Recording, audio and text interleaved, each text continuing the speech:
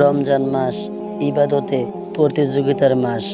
রাসূল সাল্লাল্লাহু আলাইহি ওয়াসাল্লাম বলেছেন, আমাদের কাছে রমজান মাস এসে গেছে, এটা বরকতের মাস।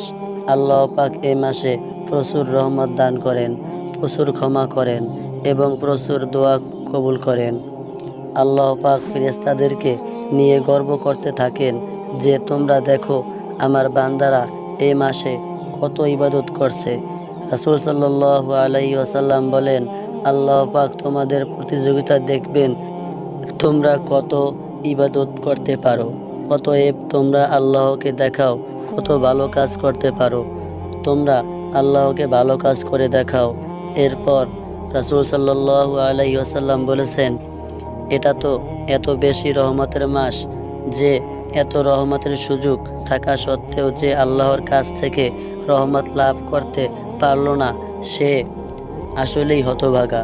তাই এ মাসে যত রকম ইবাদত করা যায় করতে হবে এবং ইবাদতের প্রতিযোগিতা করতে হবে। ইবাদতে কার চেয়ে কে আগে বেড়ে যেতে পারে, এই প্রতিযোগিতায় নামতে হবে। দুনিয়ার ব্যাপারে তো আমাদের মনে প্রতিযোগিতার মনোভাব আসে, কিন্তু দিনের ব্যাপারে প্রতিযোগিতার মনোভাব আসে না। অথচ দিনের ব্যাপারে অর্থাৎ ইবাদতের ব্যাপারে প্রতিযোগিতা আল্লাহর কাছে কাম্য।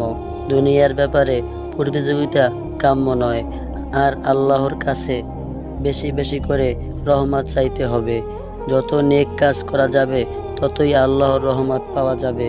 নেক কাজের মাধ্যমে আল্লাহর থেকে রহমত লাভ করতে হবে। আল্লাহর কাছে রহমতের জন্য দোয়াও করতে হবে, যেন রহমত থেকে বঞ্চিত হয়ে আমরা হতভাগাদের কাতারে না যাই। আল্লাহ পাক আমাদেরকে তৌফিক দান করুন। আমিন।